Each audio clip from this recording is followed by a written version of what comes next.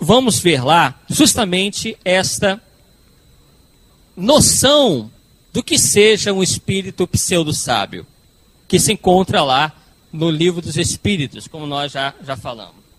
Então se encontra lá o seguinte: esses espíritos estão na 8ª classe, digamos assim, né, que é feito de uma maneira bastante didática, e podem ser reconhecidos da seguinte maneira: dispõem de conhecimentos bastante amplos, porém creem saber mais do que realmente sabem, tendo realizado alguns progressos sob diversos pontos de vista, de natureza a iludir com respeito às suas capacidades e luzes.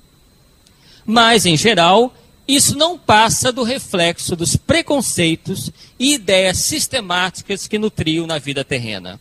É uma mistura de algumas verdades com os erros mais polpudos, através dos quais penetram a presunção, o orgulho, o ciúme e a obstinação, do qual ainda não puderam despir-se.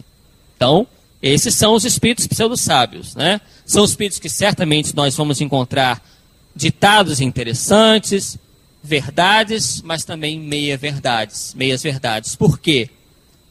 Eles acham, né, que as suas ideias refletem a verdade, enquanto nós vamos verificar daqui a pouco que não é bem assim. Por quê? Porque, como dizem aqui, eles se iludem, né? Isso são reflexos dos seus preconceitos e se iludem com as ideias que possuíam quanto na vida terrena. Isso é o tal do atavismo, né? O atavismo religioso, principalmente. Bem, e nesse mesmo capítulo, nós encontramos aqui certos ditados de vários espíritos sobre essa tendência que, infelizmente, agregacionista que nós estamos percebendo no movimento espírita. Então encontramos aqui, por exemplo, Deolinda Morim, por exemplo, nos falando o seguinte: que compreendida finalmente a posição do espiritismo em face de todos os cultos e com a atenção devida a todas as crenças, podemos afirmar, diz lá Deolinda Morim, à luz da própria doutrina espírita, que o espiritismo não se subordina a qualquer sistema ou culto organizado. Por que nós estamos falando isso? Porque o que nós temos notado é que esses espíritos têm procurado promover, dentro do movimento espírita, uma verdadeira salada em termos de crença religiosa. Uns procurando fazer com que o espiritismo aceite práticas, por exemplo, e ideias do catolicismo. Outros procurando puxar a sardinha, como se diz, para o orientalismo, o esoterismo de maneira geral, para que o espiritismo aceite práticas e ideias, por exemplo, da teosofia, do hinduísmo. É o caso aqui de Ramatiz. Deolinda Morim, porém, nos alerta que, como doutrina essencialmente progressista, recebe os enriquecimentos das ciências, como acompanha os fenômenos sociais e culturais, sem perder, todavia, a sua integridade e as suas características. Muitos acusam os espíritas de serem sectários, intolerantes, justamente por não aceitarem, pelo menos no que tange aos espíritas lúcidos, esses acréscimos. O espiritismo aceita, sim, mas conforme o enriquecimento advindo da ciência, por exemplo, principalmente, até mesmo da própria evolução do pensamento social, da psicologia, da sociologia, da antropologia. Por que não? São conhecimentos, é claro, que devem também serem colocados nos utilizando da lógica, da razão. No entanto, não faz com que o espiritismo perca a sua característica, a sua identidade. Nenhuma religião, diz Deolinda Morim com bastante firmeza, nenhum culto espiritualista poderia absorvê-lo ou confundi-lo, a despeito da existência de aspectos comuns, porque as suas concepções basilares, tendo consequências filosóficas, científicas e religiosas, não permitem adaptações e concessões arbitrárias.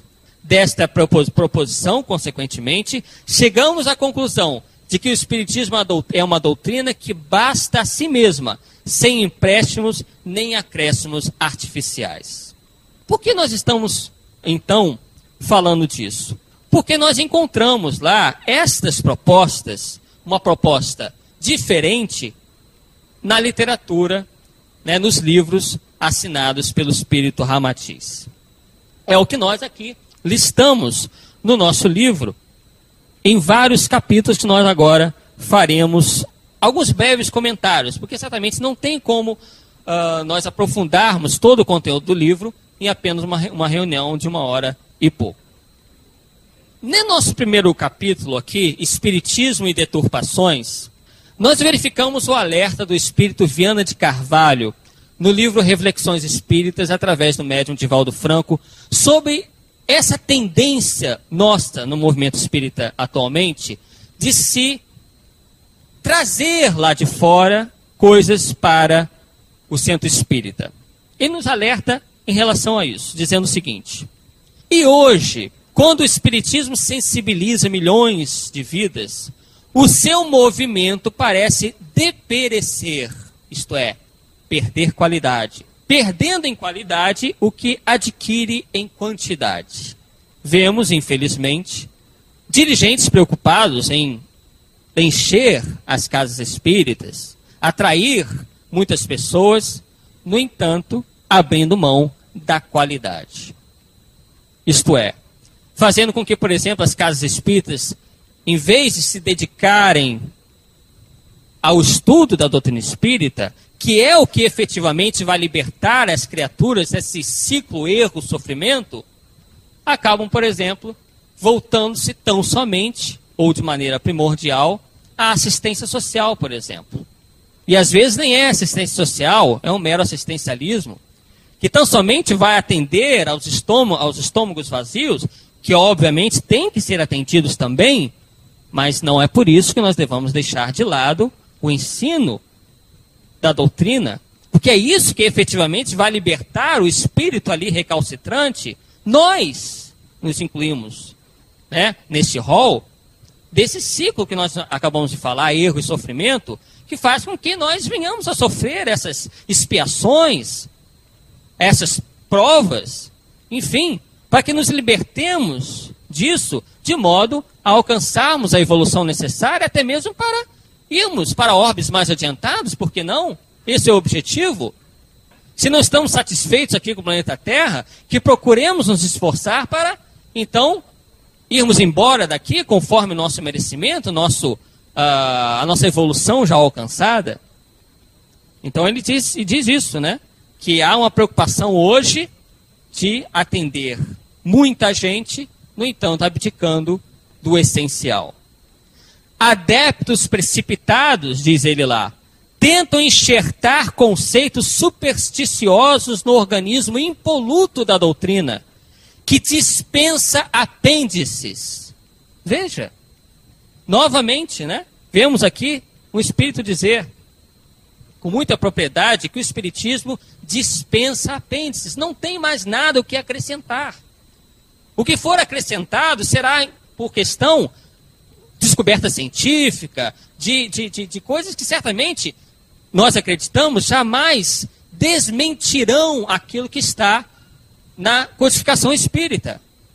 Me apontem um ponto só em que a codificação, o livro dos Espíritos, por exemplo, esteja em erro, ou esteja atrasado, ou que não explique de uma maneira que corresponda ao que nós aí já verificamos com o avanço da ciência, por exemplo. Eu, particularmente, não vi nenhum, muito pelo contrário. Em muitos pontos, a codificação está além da ciência na sua condição atual. Então é muita pretensão nós acharmos que será de uma hora para outra que ensinos desse jaez, desse porte, estarão ultrapassados, porque espírito X ou Y tem determinadas ideias e se julga uma espécie de reformador da doutrina espírita. Então ele diz lá, adeptos precipitados tentam enxergar conceitos supersticiosos no organismo impoluto da doutrina, que dispensa apêndices, permanecendo ideal conforme foi legada por Allan Kardec. A invigilância de alguns simpatizantes procura adaptar crenças ultramontanas ao texto doutrinário, para acomodar interesses imediatos e vazios, por falta